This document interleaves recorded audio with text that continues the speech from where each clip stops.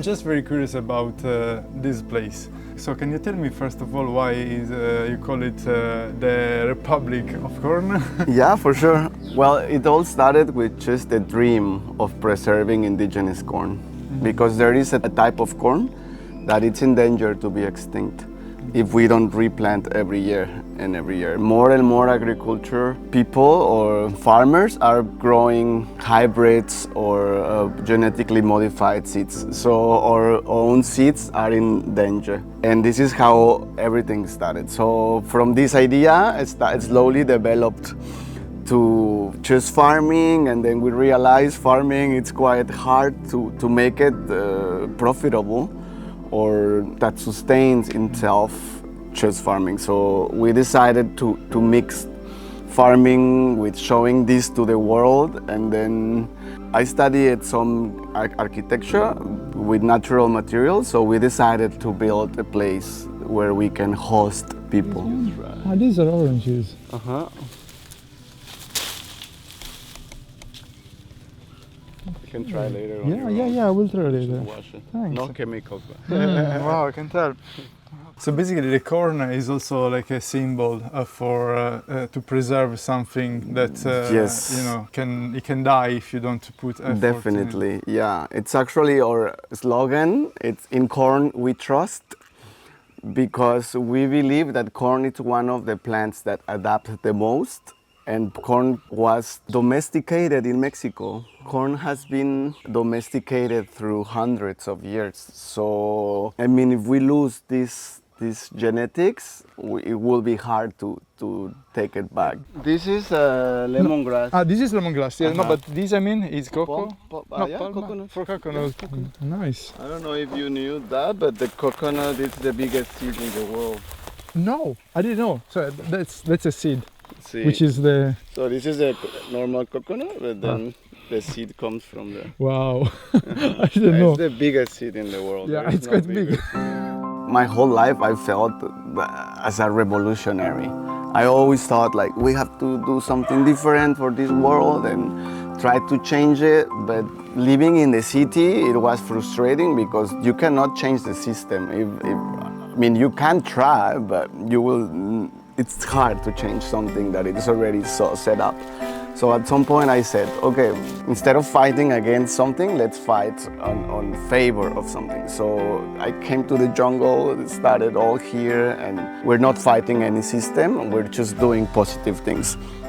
I could live close to the beach, have a job in a hotel and make much money and have this lifestyle but by staying here, living here, making this project here, I call it my revolution.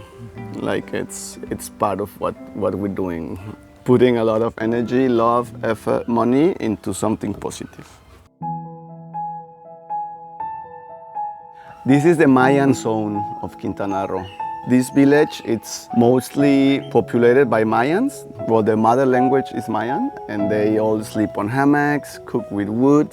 It's very authentic. It's still a piece of Mexico that it's preserving traditions and ways of living. So I came here to learn from these people as well, because they have a lot of knowledge and they know how to live in balance with nature.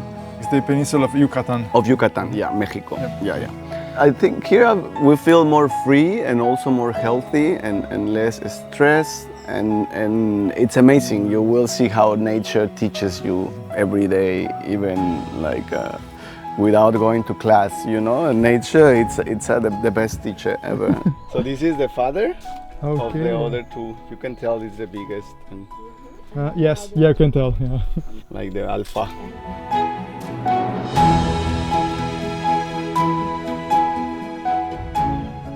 For example, for this main structure, let's say main building, how long did it take to build it? This particularly, it took us about 3 weeks, between 3 weeks and a month. Well, the roof is made with the palm, with a type of palm, and each one of those, it's one palm leaf. So for this roof, we used 2,500 leaves. Oh. So all taken one by hand, and a roof like this can last between 10 and 15 years, depending on the circumstances. For us, it's quite a problem sometimes because we don't want to chop the trees around, and then the leaves go on the roof and they decompose there, and then they last a bit less. But it's paid back, you know. If you can sit here and see trees all over, it's nicer than just have a nice cabin and no nature around. So the treehouse, we actually built it up when it was the coronavirus.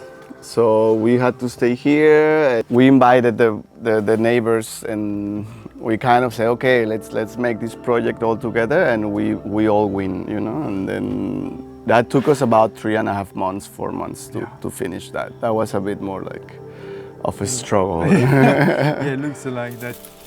Just to show you quickly, like all this, it's like old Mayan. Really? Things, No. I always It's find them incredible. broken, but yeah, These pieces, right? Yeah. Oh my God. you have, and It's this incredible. is also like a stone, Yes. like an old Mayan stone. I would say observing, because observing involves all the senses. Yeah, listening is one of them, but also like looking at the plants, how they change, why, and also smelling things like, this is the season of flowering because all these flowers are going down, and you can smell it, or you can taste it, or you can, like when it's mango season, we have mangoes all over the place, like all over. So I think it involves all the 5 senses living here, and it kind of like makes it a bit like stronger. So one of our dreams is that, you know, back to human. We have lost so many skills that we humans should know, like build your own roof, or make your own, go and chop which wood is good for fire, which is not. Those type of things, I think it's important also for human health, like touch nature, walk barefoot, get again this whole energy of nature in your body and in your life. Also to create this circle with coconuts, Okay. and this is gonna be the fire pit. Oh wow. At night the stars here are amazing. like- Yesterday we saw from there the stars were like so strong, the light, beautiful.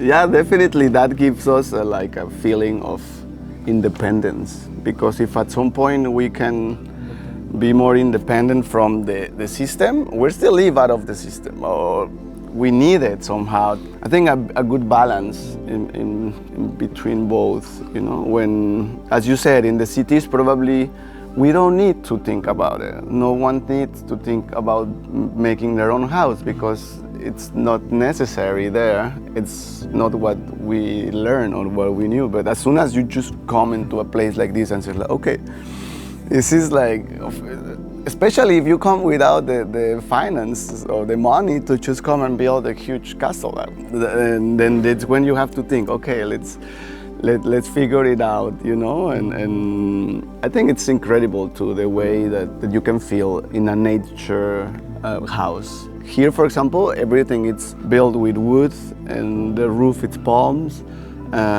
Most of the materials are like just from the jungle. Everything is from the jungle. Like I said, these houses don't belong to us, they belong to the jungle. The insects come and it's still eating it.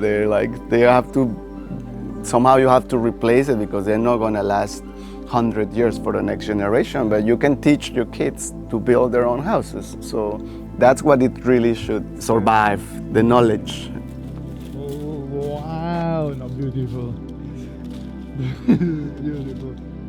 To see it like that, just coming down from the tree, is amazing.